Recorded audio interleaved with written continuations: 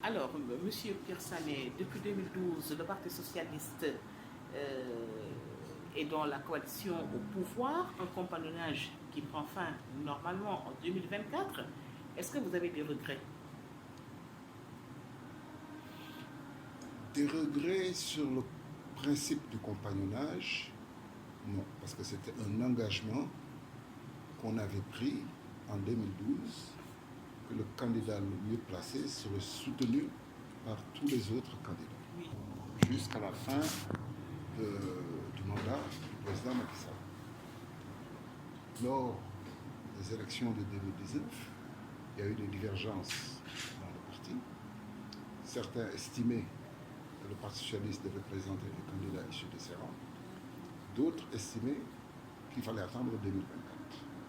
Bon, c'est une divergence qui peut-être n'a pas été bien gérée. Mais ce n'est pas une divergence idéologique. Ce n'est même pas une question de personne, ce n'est pas pour Khalifa Portano.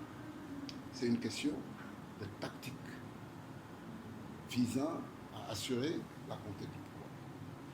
Ce que je regrette dans le compagnonnage, c'est que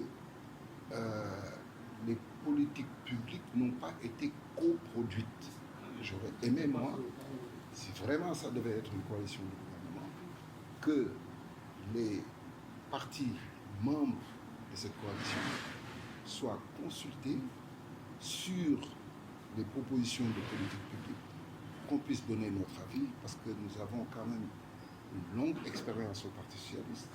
Nous avons une expertise, nous avons des membres qui non seulement maîtrisent ces sujets-là du point de vue théorique, mais également du point de vue pratique. Nous avons beaucoup d'élus locaux qui peuvent donner des avis pertinents sur la décentralisation et sur l'acte 3.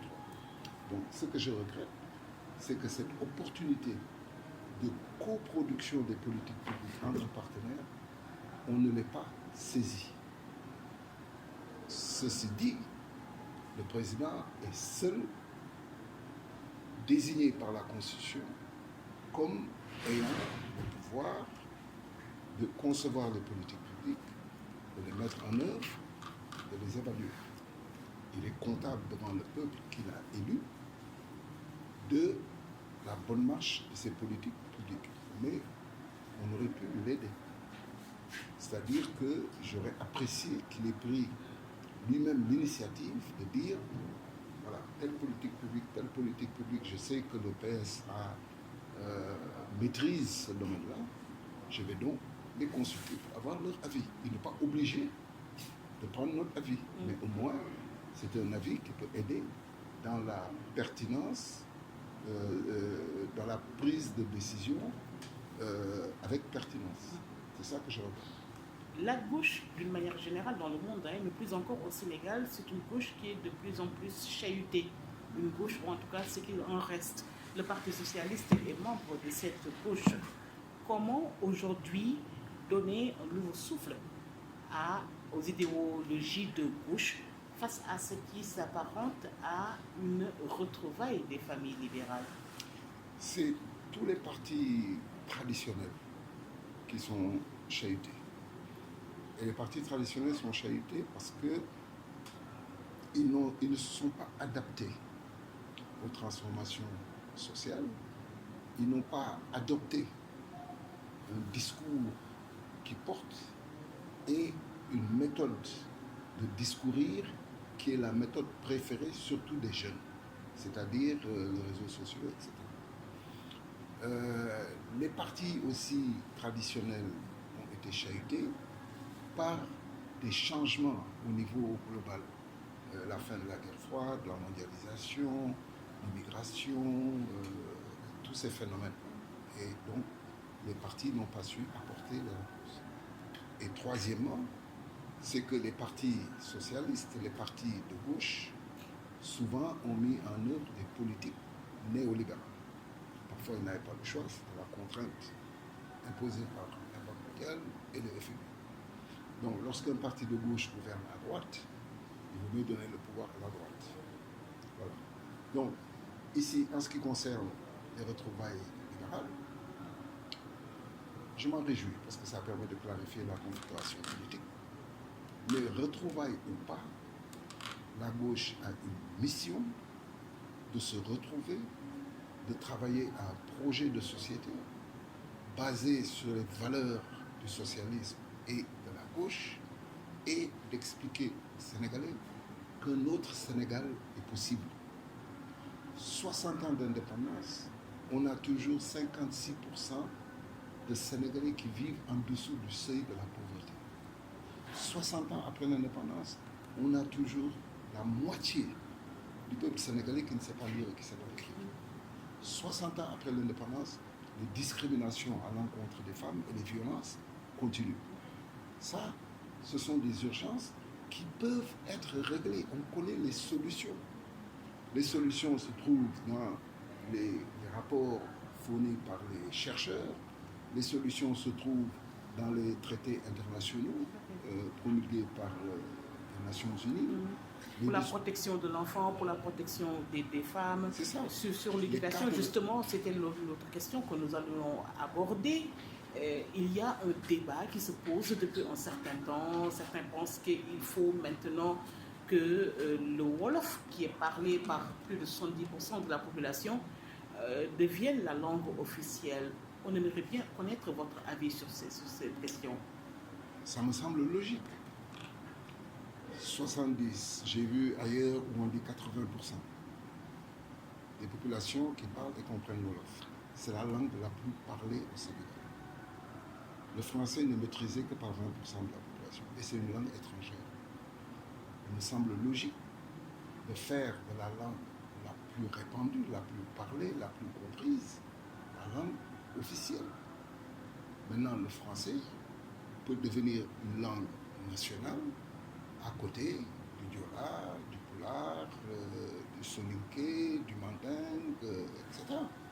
Et on peut même y ajouter l'anglais pour permettre une ouverture plus grande sur la mondialisation. Donc, mais c'est une politique de rupture. Pour moi, des ruptures sont nécessaires dans ce pays afin de décoloniser nos mentalités, de décoloniser l'État et de décoloniser notre éducation. Pour ce qui est de la protection des enfants et les questions de violences faites aux femmes, vous demandez que soient appliqués les traités internationaux, les conventions qui ont été signées, etc. etc. Est-ce que vous avez l'impression qu'il y a un déficit de volonté politique pour mettre en œuvre sur quoi l'État du Sénégal s'est engagé avec une signature? Pour moi, c'est la seule explication qui fasse sens. Parce que lorsque le Sénégal ratifie un traité, pose sa signature sur un traité international, c'est comme un contrat. Ça veut dire qu'on s'engage à mettre en œuvre les préceptes contenus dans ces déclarations-là. Si on pense qu'on n'est pas capable, il ne faut pas le faire.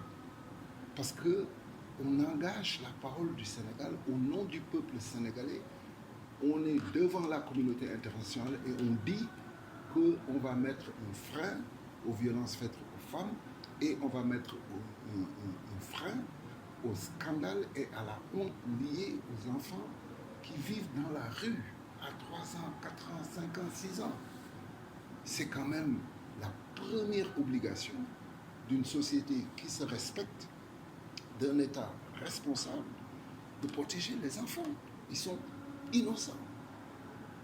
L'âge, l'étape de la vie dans laquelle ils sont, normalement, c'est une étape qui est faite de jeu, qui est faite de joie, qui est faite d'innocence, qui est faite d'apprentissage, qui est faite de découvrir le monde. Mais des enfants comme ça dans la rue, on leur vole leur enfance. Et il faut qu'on se pose la question, quel genre de citoyens ils seront lorsqu'ils seront adultes, vu la façon dont la société s'est comportée à leur égard. Est-ce que ça va influer sur la façon dont ils se comportent vis-à-vis de la société, qu'ils abandonnent?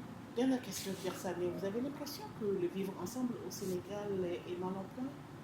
Non, non, je ne crois pas.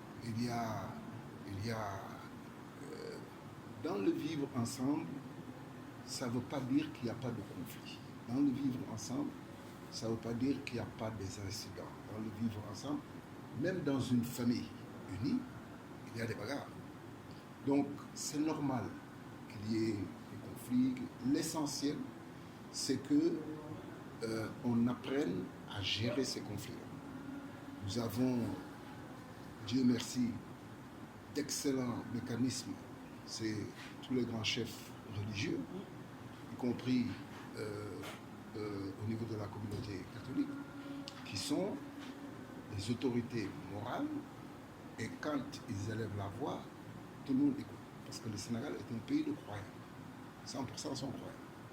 Donc, les figures religieuses dans notre pays sont respectées.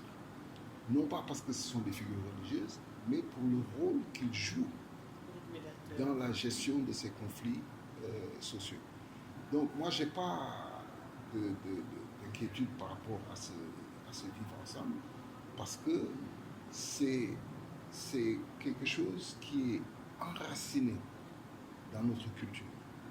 Le Sénégal est un Finistère avec des populations venues d'un peu partout et qui ont appris à vivre ensemble depuis des siècles. Voilà.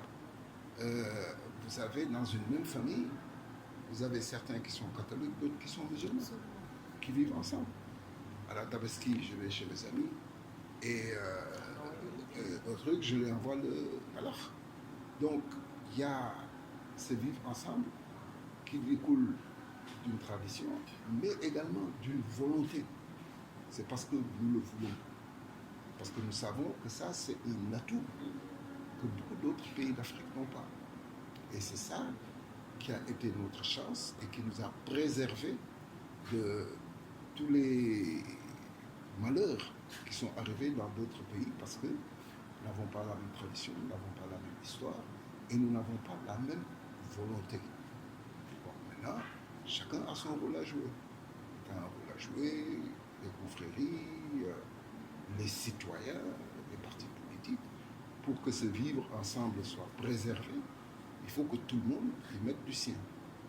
Mais je n'ai pas d'inquiétude par rapport à ça. C'est des incidents, c'est normal.